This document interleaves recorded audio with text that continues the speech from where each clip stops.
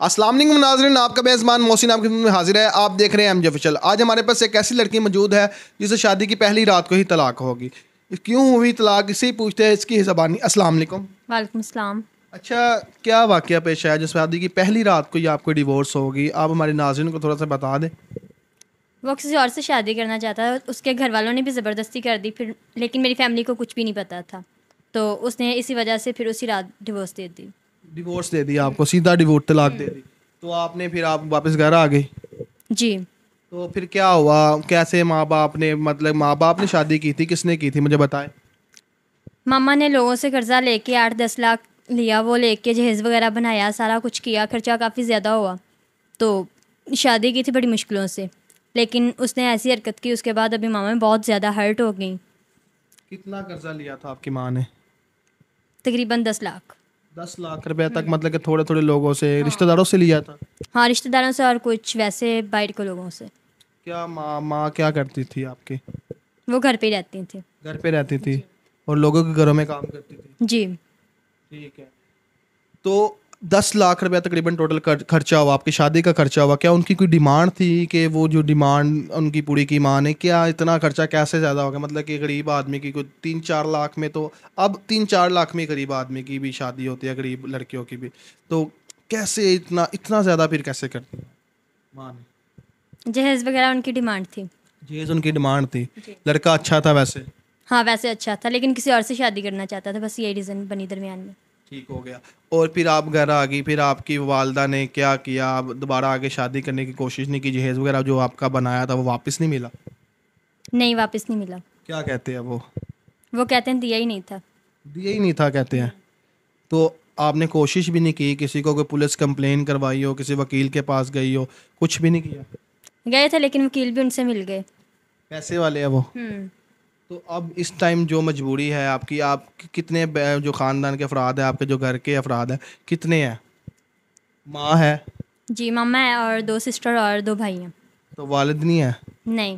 वालिद साहब इस दुनिया। और घर जो है आपका, वो रेंट में है, रेंट का है कि अपना है? रेंट का है। रेंट का घर है। जी। तो पैसे पीछे गांव से ताल्लुक़ रखते हैं कि शहर से? गांव से। कौन सा गांव है आपका?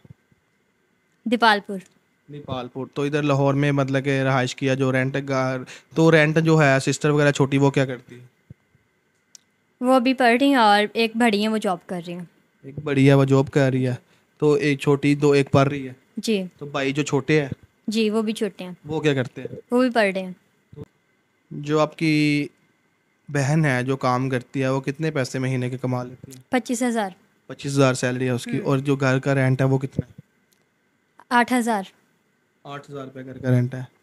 इतने अफराद, 4 अफराद, आप एक पाँच, तो 8,000 का एक ही कमरा होगा घर का। एक कमरा और थोड़ा सा सेन है।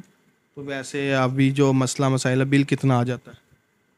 बहुत ज़्यादा आ जाता, कभी 5,000 6,000 ऐसे। 5-6 हज़ार। हम्म। अब कितना बिल आया हुआ इस टाइम आपके घर का? 10,000। 10,000 रुपया 2 माह का? 2 माह का। 5-6 हज़ार रुपये बिल आ जाता। बाकी गैस के बिल, खर्चे, मतलब कि 25,000 में कैसे गुजारा होता है आपका? बस फिर जब खर्चा नहीं चलता तो किसी से पकड़ लेते हैं, उसके बाद फिर देने में मुश्किल होती है। इस अभी टाइम काफ़ी ज़्यादा कर्जा है। इस टाइम कितना जो टोटल कर्जा है आपका, कितना है इस टाइम? 10 लाख। 10 लाख रुपये कर्जा है। तो ये किस तरह उतरेगा? अब क्या आप भी कोई जॉब करेगी, क्या करेगी, मुझे समझ नहीं आ रही कैसे? जॉब भी करनी पड़ेगी इस टेंशन में। तो हमारे पास आने का मकसद क्या है आपका, मुझे बताएं। बस कोई हेल्प हो जाए या फिर कोई जॉब अच्छी हो जो मिल जाए। हेल्प हो जाए तो बहुत ज़्यादा बड़ी अमाउंट है। अगर कोई आदमी, कोई अल्लाह का नेक इंसान आपकी ये मदद कर दे, तो क्या कहना चाहेगा उसके बारे में? क्या तो कुछ भी नहीं सकते थैंक्स के अलावा, या फिर एहसान होगा उनका। एक बंदा भी नहीं, एक बंदा सर, ये इसका ठीक है, गरीब लड़की है, इसका 10 लाख रुपये इस टाइम कर्जा हो गया हुआ है। तो अगर कोई बंदा थोड़ा थोड़ा करके भी, कोई 10-15-20 बंदे थोड़ा थोड़ा करके भी अगर इसका अदा करना चाहे ना, तो ये काम 1 महीने में भी हो सकता है, 15 दिनों में भी हो सकता है। तो इसकी हेल्प ही है लड़की की। तो बाकी अभी शादी के बारे में क्या जहन है आपके घर वालों का या आपका? अभी तो कुछ भी नहीं, ऐसा कुछ नहीं सोचा अभी फ़िलहाल। अगर कोई एक ही आदमी कहे कि मैं सारा आपका कर्जा उतार दूंगा, फिर आप उससे शादी कर लेंगे? फिर सोचा जाएगा। पक्की बात है। हम्म। तो शादी आप कर लेगी, ठीक है, एक ही आदमी अगर आपका कर्जा उतार दे, लेकिन आप सारा जो है, मैं ये नहीं कहता कि सारा बर्डन एक आदमी उठाए। शादी उससे करेगी लड़की, लेकिन अभी फ़िलहाल वो खुद बहुत डिसहार्ट है। ये तो है कि नहीं है? जो रिसेंटली शादी हुई है, कितनी देर हो गई है उसको, जो तलाक आपकी सारा प्रोसीजर हुआ है? 3 मंथ। 3 मंथ हो गया।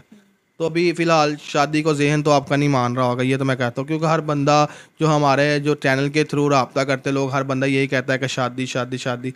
तो अगर आप शादी ना भी करें, शादी लड़की नहीं भी करती यार, उसकी हेल्प कर दो आप।